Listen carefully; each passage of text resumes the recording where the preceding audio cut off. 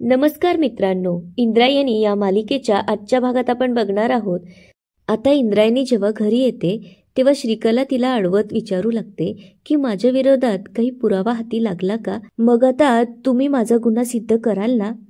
आता श्रीकला हसत म्हणते, पण तुम्ही असं म्हणालाच नाही ना की तुम्ही माझ्या विरोधात पुरावा गोळा करणार आहात. पण मला एक गोष्ट नक्की माहीत आहे की तुम्ही शांत सुद्धा बसणार नाहीये. तेव्हा इंद्रायणी म्हणते की अभिनंदन, तुला ही गोष्ट माहिती आहे की मी शांत बसणार नाही, त्याबद्दल तुझं मनापासून अभिनंदन. तितक्यात आता व्यंकू महाराज तिथे येतात. व्यंकू महाराजांजवळ जाऊन त्यांच्या हातातल्या पोथीवर हात ठेवते. तितक्यात आता इंद्रायणीच्या डोक्यामध्ये जोरात कळ येते. त्यामुळे इंद्रायणी डोक्याला हात लावून विठुराया असं जोरात म्हणते. तेव्हा व्यंकू महाराज तिला विचारू लागतात, इंद्रायणी काय ग, बरं नाहीये का तुला? तेव्हा इंद्रायणी म्हणते की काही नाही, मी जरा उन्हातून आले ना, त्यामुळे होत असेल कदाचित. तेव्हा व्यंकू महाराज तिला म्हणतात. त्यामुळे आता इंद्रायणी बाजूला जाते आणि तिथे ठेवलेलं पाणी पिते. आता व्यंकू महाराज श्रीकलाला सांगू लागतात, बरं का श्रीकला, जेव्हा आपल्या घरात चोरी झाली तेव्हा मला खूप क्लेश झाले, कारण या वाड्यामध्ये आजवर असं काही झालं नव्हतं. पण जेव्हा मी या पोथीतली 4 अभंग वाचले ना, तेव्हा कुठे माझ्या मनाला शांती मिळाली. तेव्हा श्रीकला त्यांना म्हणते की मला माहीत आहे महाराज, आपल्या घरात चोरी झाल्यामुळे तुम्हाला खूप त्रास झाला, पण तुम्ही काळजी करू नका, सगळं काही नीट होईल. तेव्हा व्यंकू महाराज म्हणतात, ठीक आहे. आता ते श्रीकलाला म्हणतात, पण श्रीकला, ही अभंगाची पोथी माझ्या रूममध्ये असते, चल मी तुला दाखवतो कुठे ठेवलेले असते. असं म्हणत आता ते श्रीकला, बघ ही पोथी इथेच ठेवलेली असते, तुला कधीही अभंग वाचावेसे वाटले तर बिनदिक्कतपणे यायचं आणि इथे असलेली पोथी घ्यायची. आता इकडे विंजे सरकार मोठ्या बाईंना म्हणत असतात, काही म्हणा पण तुमची सख्खी सून पक्की वैरी निघाली. वरून एवढी भोळी दिसते ना, तर कुणीही तिच्यावर पटकन विश्वास ठेवेल, पण तितकी भोळी नाहीये ती. तेव्हा मोठ्या बाई म्हणतात की ते मला माहीत आहे. आता विंजे सरकार म्हणतात, सासूबाई तुम्हाला एक नवीन गोष्ट कळली का, जी घरात घडली आहे? तेव्हा मोठ्या बाई म्हणतात की सांगा पटकन. तेव्हा विंजे सरकार म्हणतात, तुमच्या सुनेने म्हणजेच इंद्रायणीने श्रीकलावर चोरीचा आळ घेतला आणि तिला अपशकुनी म्हटली. तेव्हा मोठ्या बाई म्हणतात, काय म्हणजे ही इंद्रायणी स्वतःच अपशकुनी असून ती श्रीकलाला अपशकुनी म्हटली? असं म्हणत आता मोठ्या बाई हसू लागतात. त्यामुळे आता विंजे सरकारही त्यांच्यासोबत हसू लागतात. तेव्हा मोठ्या बाई शांत होतात आणि म्हणतात, पण ही बातमी कन्फर्म आहे ना? तेव्हा विंजे सरकार म्हणतात की हो, अगदी 1001% खरी आहे. त्याचं काय ना मोठ्या बाई, तुम्ही घरात सगळ्यात मोठ्या असल्यामुळे तुम्हाला घरातल्या सगळ्याच गोष्टी माहीत नसतात, पण माझ्यापर्यंत अशा बातम्या लवकर पोहोचतात. आता मोठ्या बाई म्हणतात, तसं जर असेल तर मी आता त्या श्रीकलाच्या जखमेवर मलम लावायचं काम करेल, पण त्यासाठी तिची जखम आधी मी खोलील, त्यावरती मीठ चोळेल आणि त्यानंतर मी तिच्या जखमेवर मलम लावेल. आता इकडे इंद्रायणी डोक्याला हात लावत तिच्या खोलीत आलेली असते. तेव्हा अधोक्षज पण तिथेच बसलेला असतो.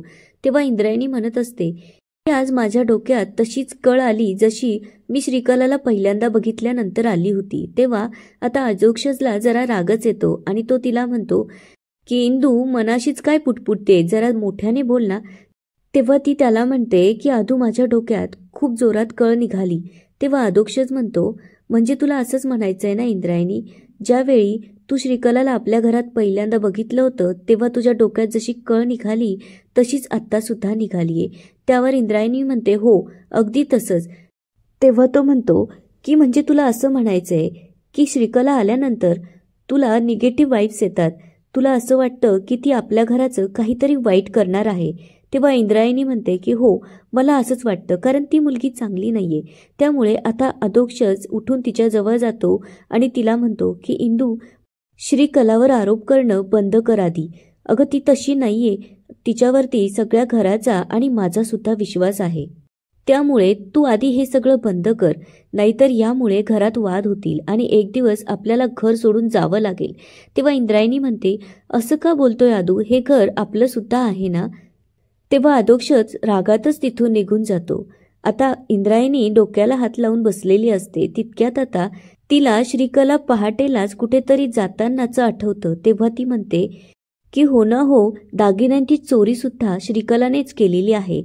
आता इंद्रायणी म्हणू लागते की मी आता श्रीकलाची सगळ्यांसमोर पोलखोल नाही केली तर नाव बदलून टाकेन. तितक्यात आता इंद्रायणी मोबाईल काढते आणि पप्प्याला फोन लावते आणि त्याला म्हणू लागते की तुला तुझ्या प्रिय वहिनीबद्दल पुरावा पाहिजे होता ना, तर मला पुरावा सापडला आहे. त्यासाठी तुला माझ्यासोबत एका ठिकाणी यावं लागेल, ते म्हणजे तिच्या घरी. आता इंद्रायणी जेव्हा पप्प्यासोबत तिच्या घरी जाण्यासाठी बाहेर निघत असते तेव्हा तिला श्रीकला दिसते. त्यामुळे आता इंद्रायणी खांबाच्या आड लपते. श्रीकला आता तिच्या सासूकडे जात म्हणते की मला तुमची एक परमिशन हवी होती. तेव्हा ती विचारू लागते, काय ग? तेव्हा ती म्हणते की मला माहेरी जायचं होतं, माझं काही सामान आणि कपडे राहिले आहे ते घेण्यासाठी. तेव्हा ती म्हणते, म्हणजे तू मला आई म्हणतेस आणि मला सासूसारखं वागवतेस का? हे काय विचारणं झालं? तेही तुझंच घर आहे की? असं म्हणत आता ते श्रीकलाला विचारू लागते, पण तुझं घर लांब आहे आणि तिकडे रिक्षा पण जात नाही, त्यामुळे तू कशी जाशील? तू एक काम कर, गोपाळला सांग, तो तुला गाडीवर सोडून देईल. तेव्हा श्रीकला म्हणते की नाही नको, त्याला मी हॉस्पिटलमधून कशी बोलवू ना. तेव्हा ती म्हणते मग तू नारायणीला सोबत घेऊन जा. त्यावर ती म्हणते की आई त्याची काहीच गरज नाहीये, मी जाईन बरोबर. असं म्हणत आता श्रीकला तिथून निघालेली असते.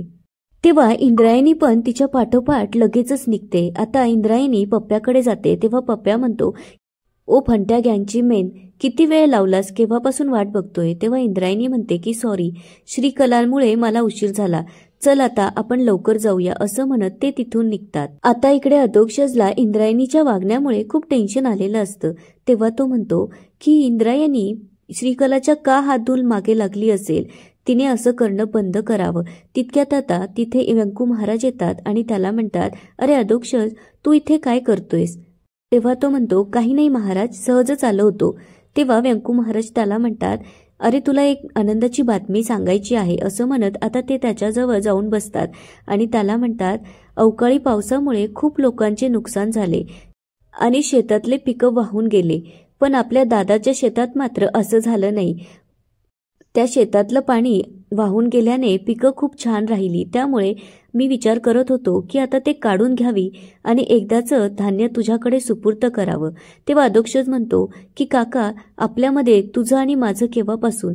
तेव्हा व्यंकू महाराज म्हणतात, हे बघ अधोक्षज, दादाची शेती हा त्याच्याकडून तुला मिळालेला आशीर्वाद आहे आणि त्याने तसंही माझ्यासाठी खूप केलंय. त्याने आपल्या गोपासाठी स्वतःचा जीव दिलाय.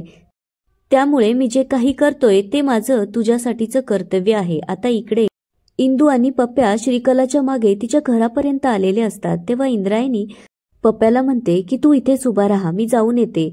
जर कोणी आलंच तर मला इशाऱ्याची शिट्टी वाजव. असं म्हणत आता इंद्रायणी श्रीकलाच्या घराजवळ जाते. आता दरवाजा आतून लॉक असतो, त्यामुळे आता इंद्रायणी खिडकीजवळ जाते आणि हळूच खिडकी उघडून बघते तर समोर तिला श्रीकला दिसते.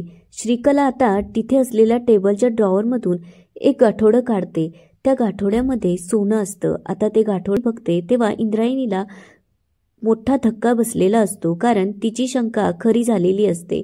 तेव्हा इंद्रायणी स्वतःशीच म्हणू लागते की लवकरच आता तुझं सत्य सगळ्यांसमोर आणते आणि याच ठिकाणी आजचा एपिसोड संपतो.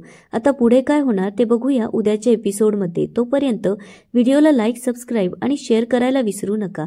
धन्यवाद.